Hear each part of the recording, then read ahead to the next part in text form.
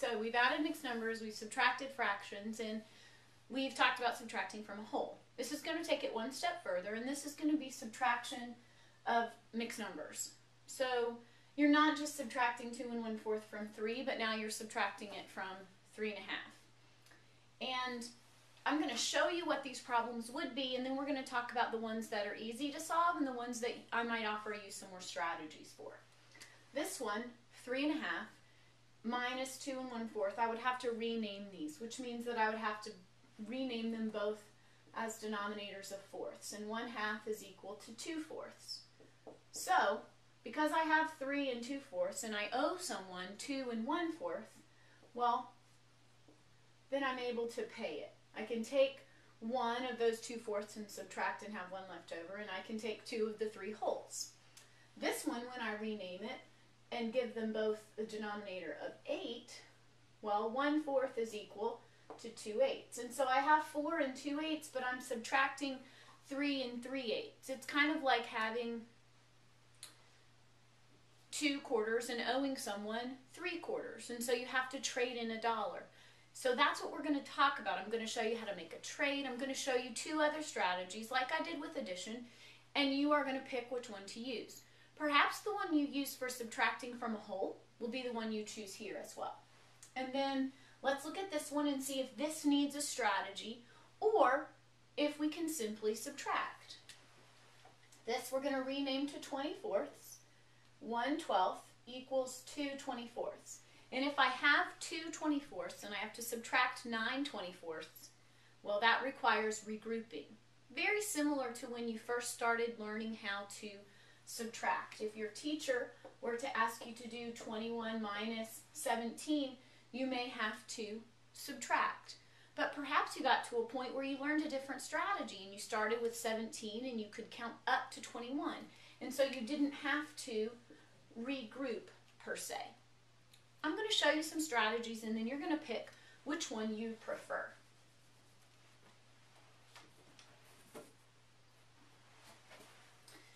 Just a real quick review of what we did with subtracting from a whole. There were 3 strategies we used. I'm going to use each one of these problems to review those, and then we'll see how different they are when you're using mixed numbers.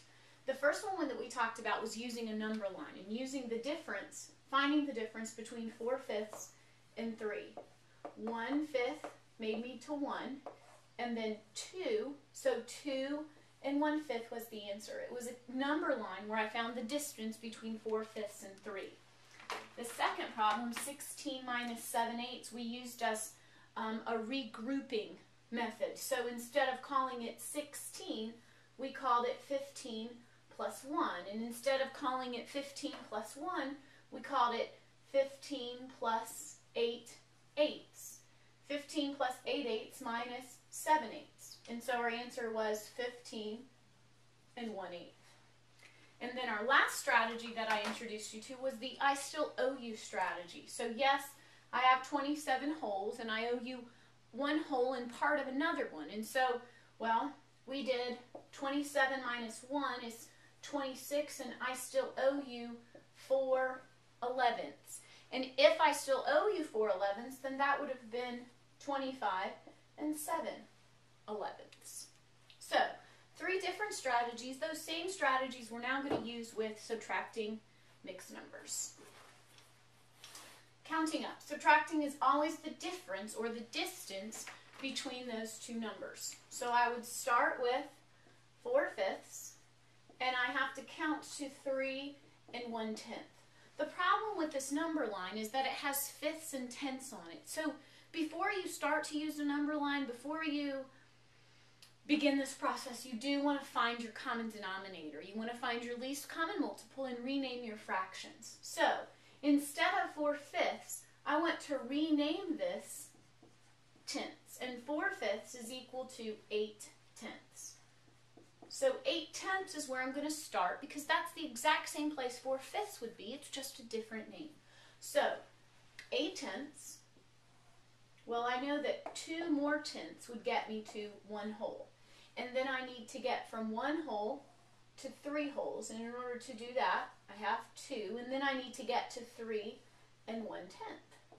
So if you can see here, the answer is 2/10 plus 2 plus 1/10. So the answer would be 2 3/10. Again, we're counting up, and we're simply just adding the steps we had to take to get there. 16 1/4 minus 7/8. 16 1/4 minus 7/8 means I need to rename this 1/4. So I'm going to give it a denominator of 8, and 1/4 is equal to 2/8. So 7/8 is my smallest number, and I'm counting all the way up to 16 2/8. 1/8 gets me to 1, and then I need 15 to get me to 16, and then I need 2 more eighths to get me here. So 15 plus 1/8 plus 2/8, 15 3/8 is my counting up answer. Let's do one more example. I've got to rename it again, so 4/11 and 1/22, I'm going to make the denominators 22. 4/11, if I look at it on a multiplication chart and slide my finger once this way, 11 will turn into 22, and 4 will turn into 8. I multiplied them both by 2. So I'm going to start with 1 and 8/22, and I'm counting up to 26 and 1/22. So if I have 8 22s, I know that 14 more will get me to a whole, and I'm already at 1, so this whole will be 2. Now I have to get from 2 all the way to 26, which I need 24 to do that, and then I need one more 22. And so when I total what's across the top, I have 24 and 15 22s. So counting up. Now we're going to talk about renaming the first number. We used whole numbers, and it was renaming 3, and so we called it 2 plus 1. Well, we're going to use that same strategy, but we're going to not forget that we also have a fraction here for it. Okay? So, again, before we begin to do this, let's check our denominators. 1/10 and 4/5 means that I have to find a common denominator. We're using 8/10 because that's equivalent to 4/5. So my new problem is 3 1/10 minus 1 8/10. Now, renaming the first number because 1/10 is not enough to give 8. So I'm going to not call this 3, but I'm going to call it 2 plus 1 plus 1/10. When I combine all of that, I get 3 1/10. And then I have to subtract 1 8/10. I have to rename this so that I can have more tenths. So instead of calling this 1, I would use a form of 1 with this denominator, which is 10/10. So now I have 2 plus 10/10 plus 1/10 minus 1 8/10. And remember, it looks like an order of operation problem, and you simply go left to right. So now this becomes 2 plus 10/10 is 2 10/10, plus 1/10 is 2 11/10. 2 11/10 minus 1 8/10. So my answer is 1 3/10. Right, 16 1/4 minus 4 7/8. Let's rename 1/4 to be out of eighths, which would be 16 2/8. And now let's rename 16 2/8 to be a new form of 1. Instead of 16, we'll write 15 plus 1 plus 2/8. This equals 16 2/8. Then we will subtract 4 7/8. So instead of calling this 1, I'm going to call this 8/8. So 15 plus 8/8 plus 2/8 minus 4 7/8. Now 15 10/8 minus 4 7/8 gives me an answer of 11 3/8. Okay, last one. 26 1/22 minus 14 4/11.